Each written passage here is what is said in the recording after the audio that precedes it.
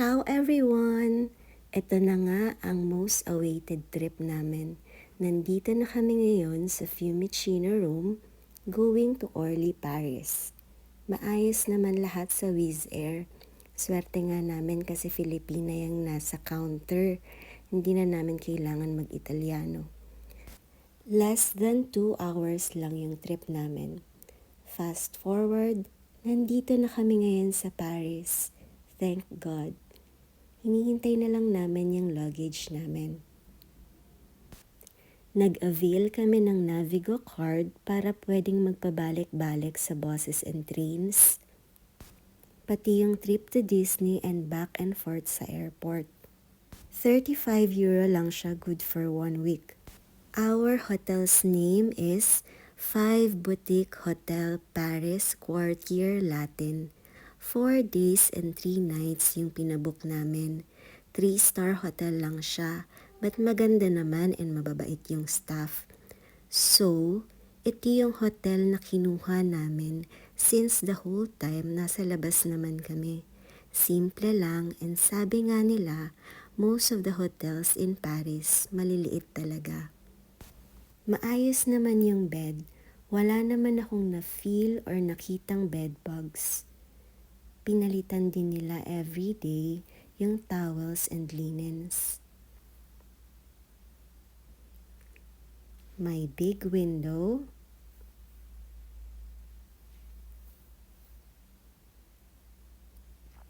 At decenteng bathroom.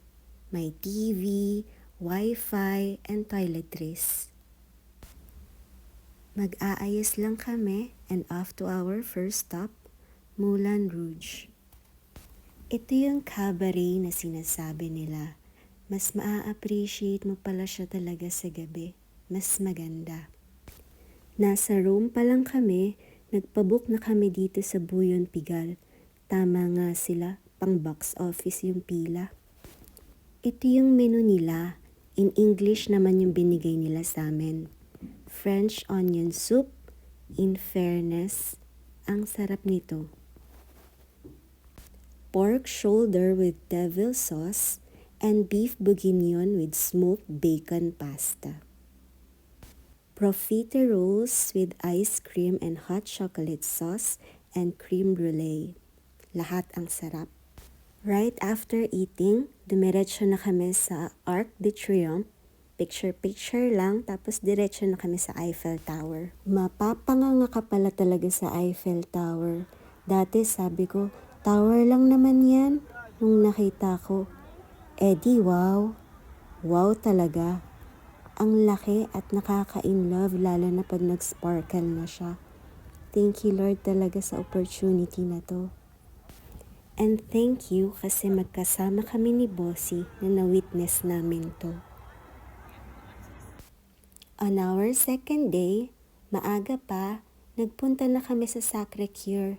Nag-funicular kami, hindi ko kaya yung dami ng steps. Sobrang lamig ngayon kaya patong-patong yung damit namin. Konti pa lang yung tao, kaya mas okay. Mas madadama mo yung moment. Paakyat, makikita mo na yung ganda ng simbahan na to.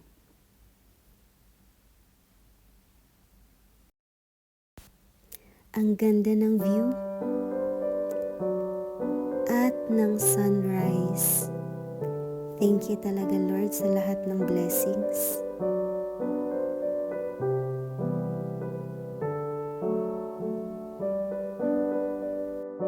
Sobrang dami naming dapat ipagpasalamat. Ngayon naman, nandito na kami sa Eiffel Tower. Papunta kami sa summit. May ticket na kami, pero sinusunod nila yung oras. 2 p.m. na. So, ito na. Paakyat na kami. Kinakabahan kami lalo. Kasi ang pangit ng panahon ngayon at ang lakas ng hangin. Yung price nga pala online is €28.30 per person. Access to the summit via lifts. Meron din naman hanggang second floor lang via lifts, 18.10 euros. Or kung gusto mo naman maghagdan hanggang second floor, pwede rin naman 11.30 euros. Nagva-vary yung price depende sa age. Open sila from 9:30 a.m. to 11 p.m. Mas okay magpabook ka online kasi mahaba yung pila. Sa loob ng Eiffel Tower, meron dong restaurants and meron ding stores. This January 8 hanggang February 9, 2024, temporarily closed para sa renovation and maintenance. Kinakabahan na ako habang pataas ng pataas. 984 feet high lang naman siya. Alam nyo ba, hanggang second floor lang talaga yung napagdesisyonan namin. Kaso walang available na ticket. So sige, hanggang summit. Labanan mo ng bonggang-bongga yung fear of heights mo. So much cold and it's raining. Good luck, Carla.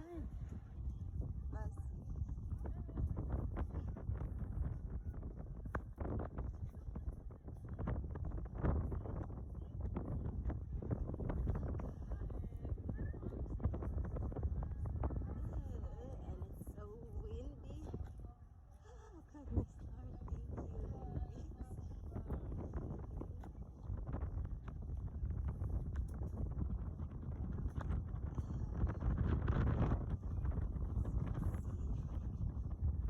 Naninigas.